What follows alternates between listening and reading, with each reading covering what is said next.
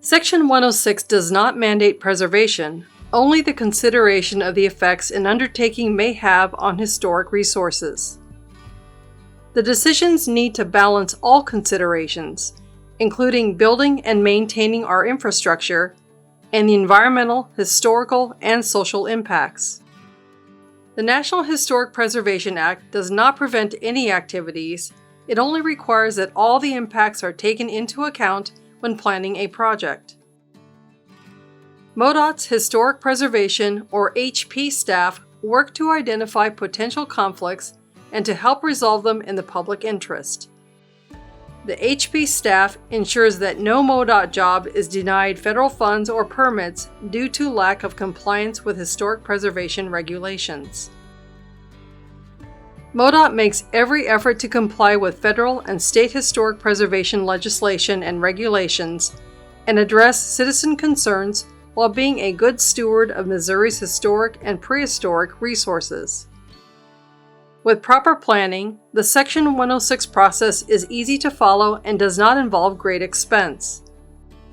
The decision-making process and public involvement should all be documented to demonstrate the National Historic Preservation Act was followed. Section 4F of the Department of Transportation Act of 1966 is a separate regulation that requires the Federal Highway Administration to avoid the use of historic properties unless it can be demonstrated that no feasible and prudent alternatives are available to achieve the purpose and need of the project. Projects that result in a finding of adverse effects under Section 106 and which require a Section 4F use of a historic property require a programmatic evaluation for historic bridges or individual evaluation to show that appropriate alternatives were considered and document the decision-making process. The need for a Section 4F evaluation can significantly impact project timelines. Early involvement by MoDOT's historic preservation staff provides an opportunity to identify and attempt to avoid adverse effects to historic properties that will minimize the time and cost of addressing Section 106 concerns during project development. Early involvement by MoDOT's historic preservation staff provides an opportunity to identify and attempt to avoid adverse effects to historic properties that will minimize the time and cost of addressing Section 106 concerns during project development. Section 4F resources, commonly called historic properties, are National Register of Historic Places or NRHP listed or eligible properties, whether publicly or privately owned. It is possible to use a portion of a historic property and not directly impact any buildings. Contributing elements such as landscape features, farm fields, and small-scale elements, including contributing sidewalk and street features, are also protected by Section 4F. Archaeological sites are generally not considered Section 4F resources unless they are significant for preservation in place. Sacred places and burials are also treated as Section 4F resources in Missouri. Section 4F uses include de minimis, which results in no adverse effect on a historic property, and a Section 4F use, which requires an evaluation to demonstrate there are no prudent and feasible alternatives. Section 4F requires avoidance of historic properties unless there are no feasible and prudent alternatives. If avoidance is not possible, it must be demonstrated through a Section 4F evaluation. Individual Section 4F evaluation will be needed for all cultural Section 4F resources except bridges. Alternatives will need to be developed to demonstrate that the use of the Section 4F resources is required. These are the minimum alternatives required. The alternatives should include estimates for right-of-way and construction costs. They should also document displacements, business and commercial, and other environmental impacts. Historic bridges can use the nationwide programmatic Section 4F evaluation for historic bridges. MoDOT has a form for these evaluations to simplify the preparation and ensure the required information is provided. It helps the Federal Highway Administration review and approve them quickly. An individual Section 4F evaluation will trigger a NEPA CE2 or higher NEPA classification. An individual Section 4F evaluation will generally take 15 to 18 months for preparing the alternatives, writing the draft evaluation, internal review and revisions, and the Federal Highway Administration review. Department of the Interior gets a 45-day agency review that is done concurrent with the SHPO review. There should also be a concurrent public comment period of the draft Section 4F evaluation. Once that is done, the final Section 4F can be prepared, a formal legal sufficiency review is done by the Federal Highway Administration, and then the Federal Highway Administration can approve the use of the Section 4F. When Section 4F properties are present, District Design staff will be requested to provide specific information to assist the Historic Preservation staff to complete the Section 4F evaluations. Bridge Programmatic. The District Design staff fills out Sections A, Project Description, B, Purpose and Need, and E, Alternatives of the Programmatic Section 4F evaluation form. Historic de minimis. If it is contingent upon a Do Not Disturb or D&D, or a Job Special Provision or JSP, the District Design staff works with the HP staff to delineate the D&D or draft the JSP. Individual evaluation. The District Design staff provides to the HP staff description of the proposed action including purpose and need, impacts to the 4F property, alternatives including cost estimates, public involvement and coordination. Sometimes they need to provide additional assistance with the least overall harm analysis. Once a project is considered a Section 106 undertaking, the project needs to be evaluated for potential impact to historic properties. This sounds very simple, but this step is very often misunderstood. You must look at the type of project first. Is this a type of project that could potentially impact a building or structure if one were located in the area? Even when a structure is not present, there is often confusion when we assume that Section 106 does not apply because there is nothing that we know of within the area. Projects that need further evaluation even when a building or structure is not present in the area include 1. When new right-of-way will be required. 2. When previously undisturbed MoDOT right-of-way will be disturbed. 3. When a bridge will be removed or its superstructure replaced. 4. When the area setting will be changed significantly. 5. When there is a purchase and sale of a property. Although purchasing property is not an impact, almost anything that is done with that property after purchase, including construction, demolition, and sale, is an impact. If a property is purchased without Section 106 review, and a subsequent Section 106 review before construction reveals a historic building or site, then that project would not receive any federal funds for that property purchase and might not be able to use that property for the intended project.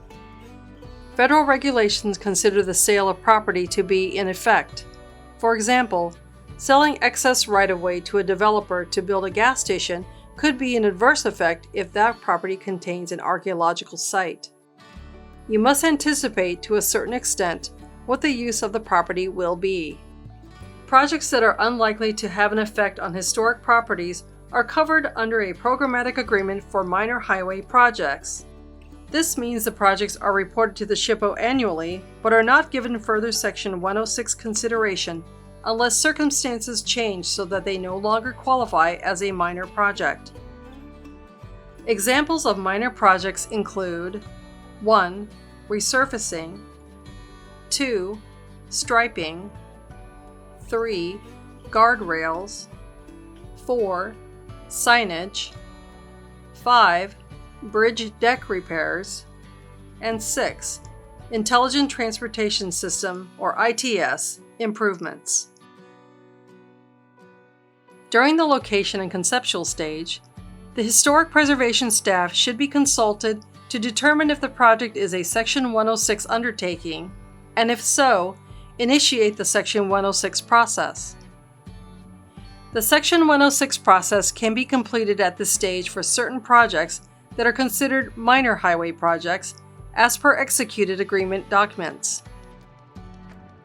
A change of the scope may remove a project from an earlier finding under this programmatic agreement or PA.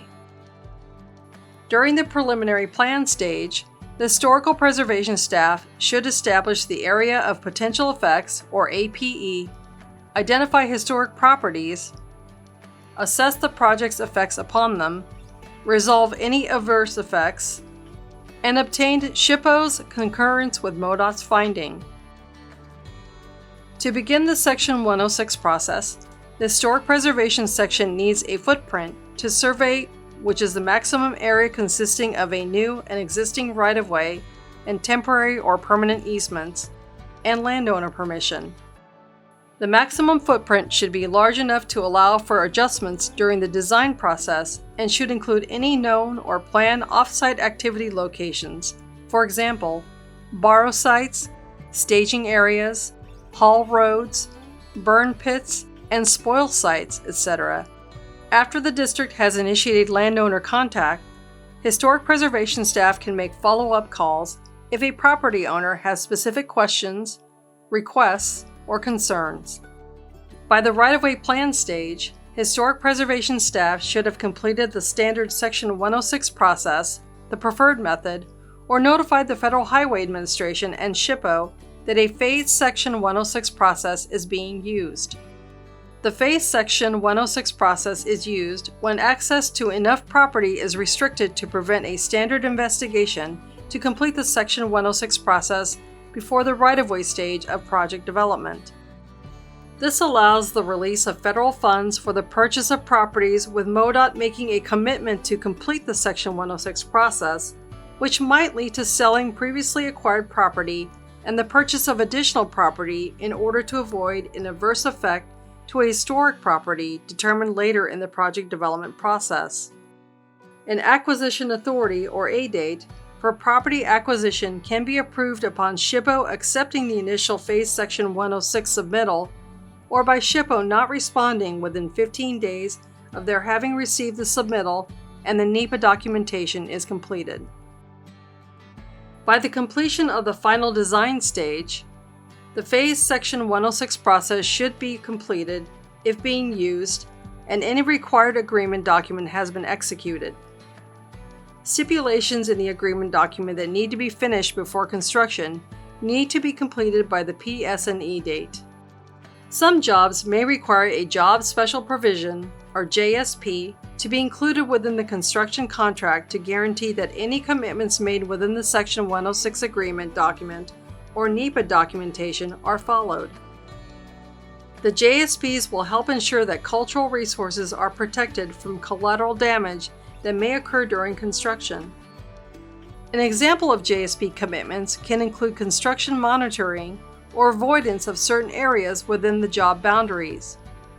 The Historic Preservation staff will draft the JSPs with assistance from the district design staff. The release of federal funds by the Federal Highway Administration requires that the Section 106 process has been completed.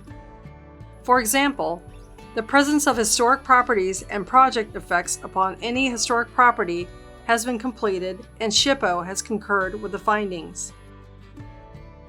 Cultural resource is a generic term we use to indicate a building, structure, district, object, or site, including archaeological sites.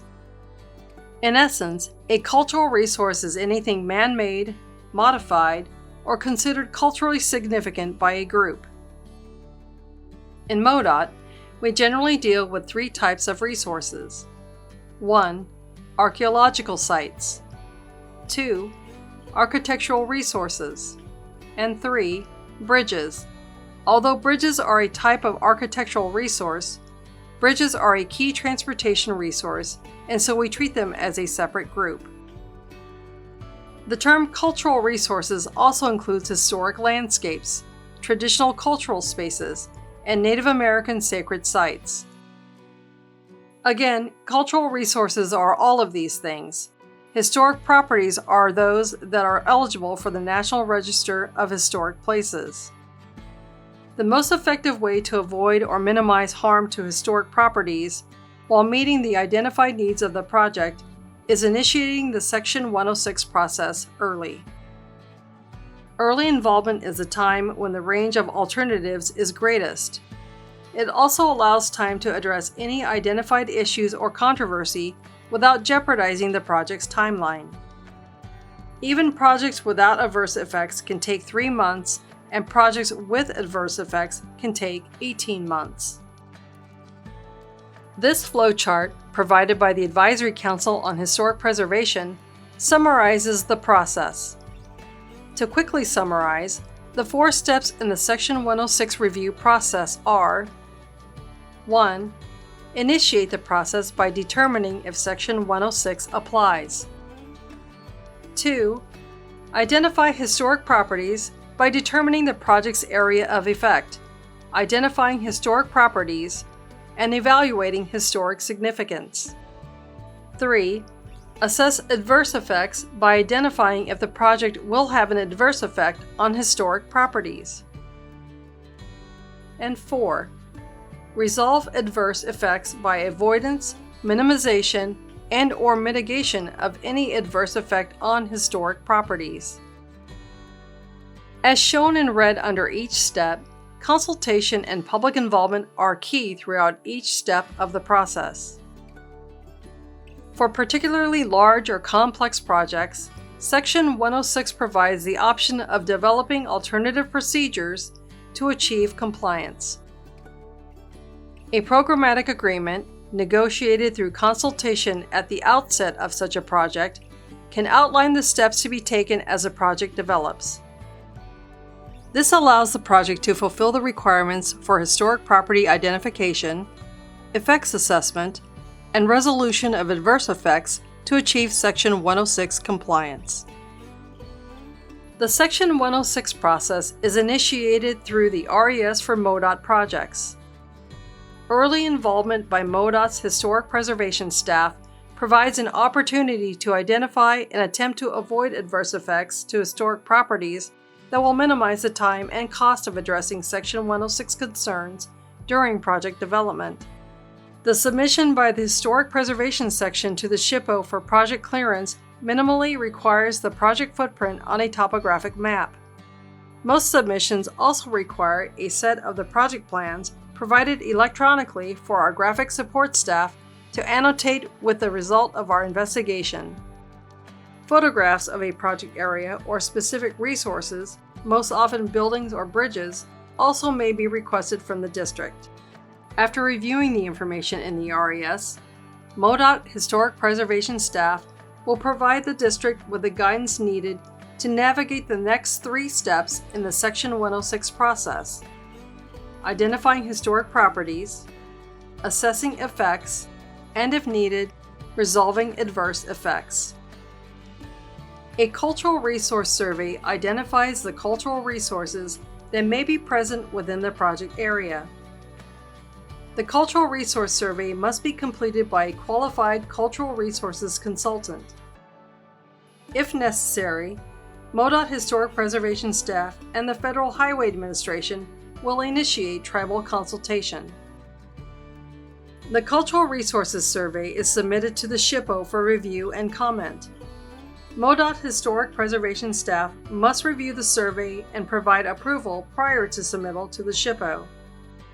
If historic properties are present, the district and MoDOT, on behalf of the Federal Highway Administration, make a recommendation regarding the project's effects to those historic properties. If the SHPO concurs with a no adverse effect determination, then MoDOT Historic Preservation staff should upload the SHPO response to the RES and the process is complete. If an adverse effect determination is made, then the district must coordinate with MoDOT Historic Preservation staff, SHPO, Native American tribes, and other interested parties to avoid, minimize, and mitigate all cultural resources impacts. After reviewing the information in the RES, MoDOT Historic Preservation staff will provide the district with the guidance needed to navigate the next 3 steps in the Section 106 process: identifying historic properties, assessing effects, and if needed, resolving adverse effects. The Area of Potential Effects, or APE, is used to define the area where we consider project effects to cultural resources. In general, we consider the maximum project footprint that includes the existing and new right-of-way and temporary and permanent easements to be the archaeological APE. If there are known off-site activities, for example, borrows, staging areas, utility relocations, etc., they can also be incorporated into the APE. For architectural resources in rural areas, the APE is generally 100 feet beyond any new right-of-way. However, if there is a resource in the APE, we will look at all the resources on the property regardless of their distance from the project. In urban areas, the APE is generally 50 feet beyond any new right-of-way. We look at this area beyond the new right-of-way to consider how changes to the setting may impact historic resources. Some projects can affect the historic characteristics of a historic property without affecting the property itself.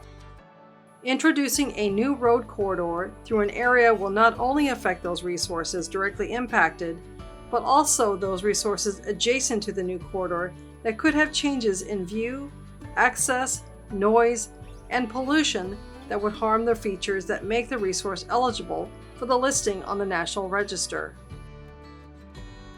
The Phase 1 survey is a reconnaissance survey to identify archaeological sites and buildings in a project's area of potential effects.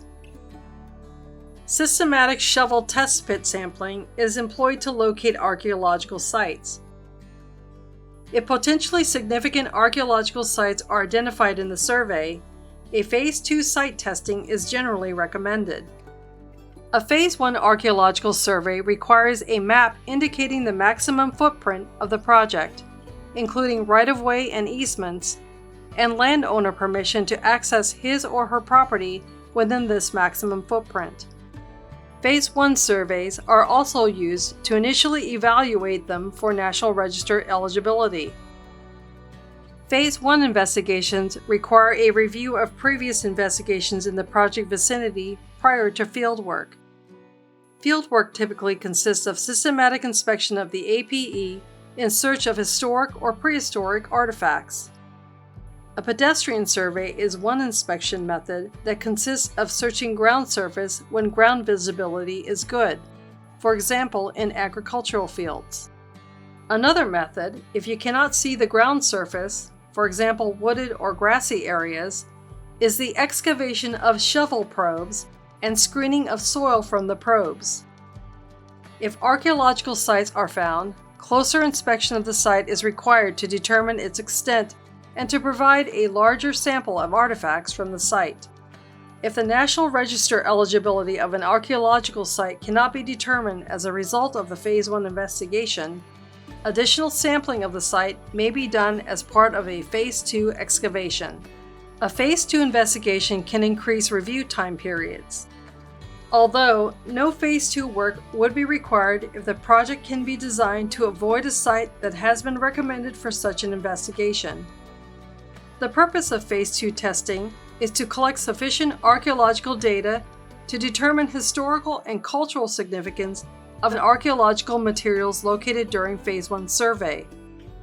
It will determine the site's eligibility for listing on the National Register and what the project's effect will be upon it.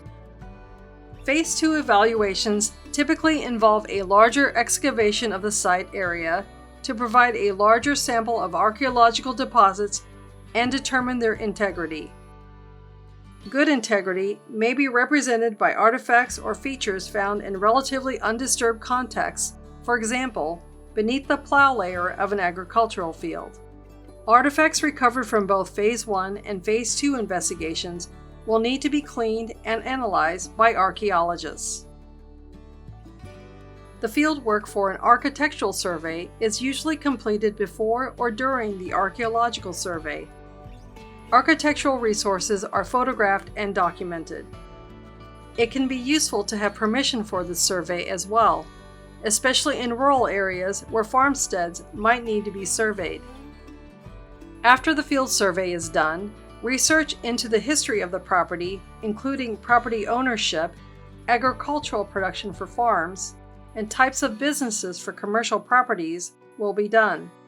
This information will help determine if a property is significant. An architectural survey typically requires approximately 2 to 3 months to complete after land access is granted to complete the fieldwork and write-up. Bridges are also photographed during the archaeological and architectural surveys. The Advisory Council on Historic Preservation has issued a program comment for common post-1945 concrete and steel bridges, which, due to their commonness, do not require individual review under Section 106. Older or less common bridges require evaluation. Although out of date, Missouri has a statewide bridge survey that provides a starting point for identifying significant bridges. MoDOT Historic Preservation staff will provide an assessment of bridges and provide our eligibility recommendations to SHPO. If there aren't any historic properties in the project area, the results of the investigations are documented and sent to the SHPO for comment. If there are historic properties in the project area, we have to consider the effects of our project on those historic properties. A few examples of common adverse effects for transportation projects include 1. Destruction of the cultural resource, and 2. Alterations that are inconsistent with the building's or structure's period of significance. For example, replacing a concrete guardrail on a historic bridge with a modern guardrail would be an alteration. Significant change in setting. For example, construction of a new alignment through a rural historic property, or removing trees or other landscape elements that contribute to the significance of a house would be a change in setting. If it is determined that the project, as designed, will have an adverse effect on a historic property, we have to look for ways to resolve the adverse effect. We can do this by trying to redesign the project to avoid the historic property or minimize the effect of the project on the historic property. Minimization can be done through project alterations like adding a retaining wall to protect buildings. If we cannot avoid or minimize the adverse effect on the historic property, we have to mitigate. Consultation is key for developing appropriate mitigation measures.